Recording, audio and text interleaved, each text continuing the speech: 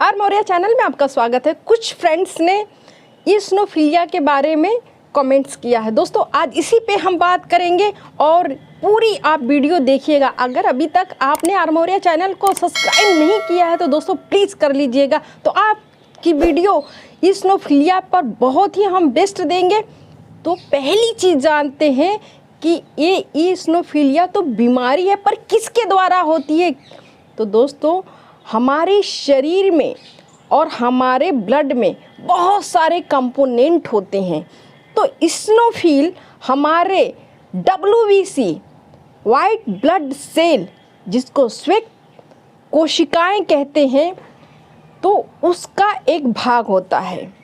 और जब ये ब्लड में बढ़ जाता है, इसकी मात्रा कितनी होनी चाहिए और कितना बढ़ जाता है जो ये बीमारी होती है। तो दोस्तों एक व्यक्ति के ब्लड में 1 माइक्रोलीटर में 500 होना चाहिए ईस्नोफिल। जब इससे ज़्यादा बढ़ जाता है तो ये हो जाता है ईस्नोफिलिया। और ये ईस्नोफिलिया सबसे ज़्यादा अगर प्रभावित करता है तो वो होता है हमारा फेफड़ा, हमारा हार्ट, किडनी, मस्तिष्क और ब्लड वेसल्स। दोस्तों ऐसे अगर जानना आप चाहेंगे कि क्या इसका रोल है, काम क्या है शरीर में, तो इसका सबसे इम्पॉर्टेंट कार्य होता है कि आपको हर इन्फेक्शन से बचाना। जैसे आपके बॉडी में कोई बीमारी जाए उससे लड़ाई करना और आपको पूरी तरह सुरक्षित करना, यानी हर तरह के इन्फेक्शन से बचाना। अब समझ लेते हैं कि किस कारण से होता है ये बीमारी। तो दोस्तों पहला कारण सबसे बड़ा है जो एलर्जी। आप जानते हैं एलर्जी बहुत सारी चीज़ों से होता है। परागकणों से होता है, फूलों से होता है, पौधों से होता है, घासों से होता है, किसी चमड़े की स्मेल से होती है, किसी खुशबूदार स्मेल से होती है, या तो फिर आपको किसी फूड से भी होती है। और दूसरी चीज़ होती है कि आपको जो कोई दवा आप लेते हैं उसके रिएक्शन से होती है, फंगल इन्फेक्शन से होती है, ये राइनाइटिस की वजह से होती है, ऑटोइम्यून डिजीज़ के कारण होती है, ये अस्थमा के कारण होती है, स्किन डिजीज़ के कारण होती है, और ये हार्ट डिजीज़ के कारण होती है। ये बहुत तमाम तरह की जो चीज़ें हैं उनकी वजह से होती हैं। लेकिन सबसे ज़्यादा जो देखा जाता है और पेशेंट आते हैं तो वो होते हैं एलर्जी के कारण।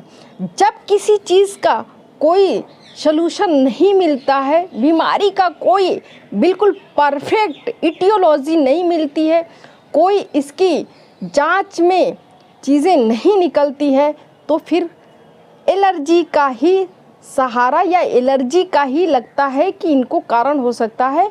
तो बहुत सारी ऐसी बीमारियां हैं जो एलर्जी की वजह से इस समय सबसे ज़्यादा अधिक बढ़ रही हैं। तो दोस्तों ये जो ईस्नोफिल है ये सबसे ज़्यादा एलर्जी से आजकल है। वैसे तो मैंने बहुत सारी बीमारियां बताए, उसके कारण भी ये अलग अलग तरीके से होती है। बात करें हम कि ये कितने तरह की होती हैं, तो ये मुख्य 3 तरह की होती हैं। पहला होता है ग्रेनुलोसाइट्स, दूसरा होता है मोनोसाइट्स, तीसरा होता है लिम्फोसाइट। लेकिन इस लिम्फोसाइट में भी 2 तरह का होता है, लिम्फोसाइट बी और लिम्फोसाइट टी। अब दोस्तों हम जान गए कि क्या क्या कारण होते हैं और कितने तरह के होते हैं। अब समझना जरूरी है कि इसमें लक्षण क्या होने चाहिए। तो इसमें लक्षण बहुत सारे दिखाई देते हैं। तो पहली चीज़ होगी कि स्वेलिंग आना, शरीर में कहीं पर भी किसी कारण या बिना कारण स्वेलिंग दिखने लगेगी।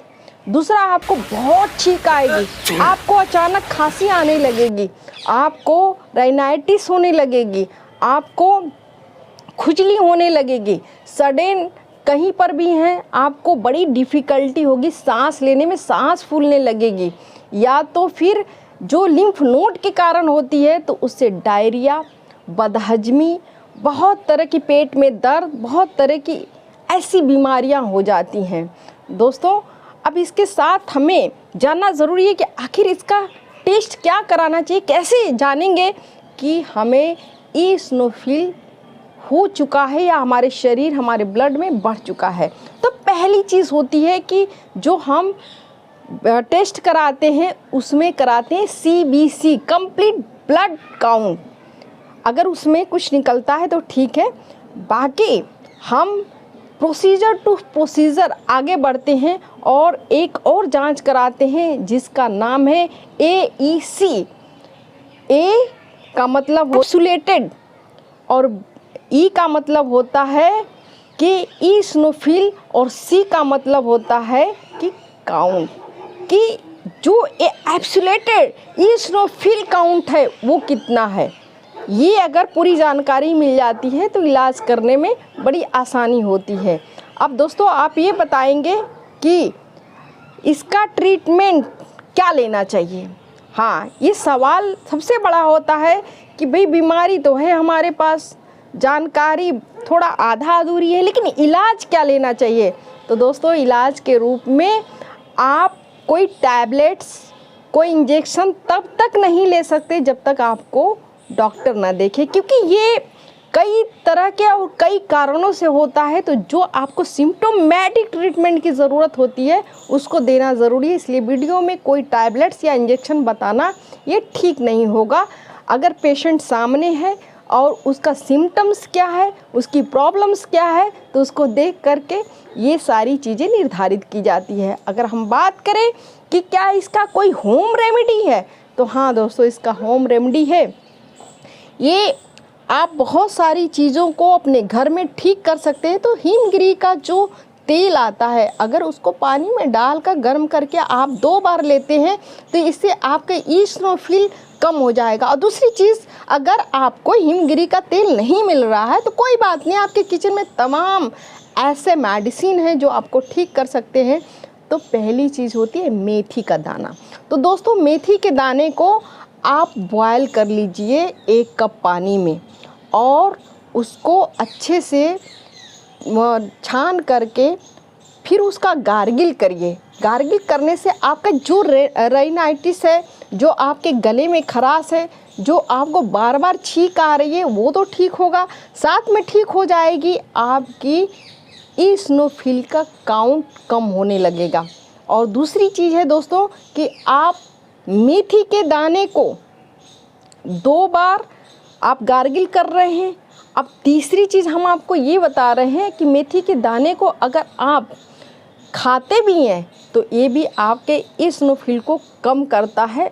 और जो अगली बात है तो वो होती है कि अगर आप काली मिर्च के पाउडर को 1 गिलास पानी में गर्म करते हैं और इसके बाद 2 चम्मच उसमें आप डाल देते हैं शहद, दिन में 2 बार लेते हैं, तो इससे आपको बहुत फ़ायदा होगा। क्योंकि आपका जो ये लेवल है, जो ब्लड में आपके ईओसिनोफिल है बढ़ा हुआ, तो वो घटने लगेगा। और जब ईओसिनोफिल घटने लगेगा तो ईओसिनोफिलिया ऑलरेडी कम होने लगेगा। तो दोस्तों मुझे उम्मीद है कि आज की टॉपिक आपको अच्छी लगी होगी और आप इसको करेंगे, दूसरे को आप भेजेंगे। तो दोस्तों आप स्वस्थ रहें, मस्त रहें। इसी के साथ आपको बहुत बहुत थैंक्स।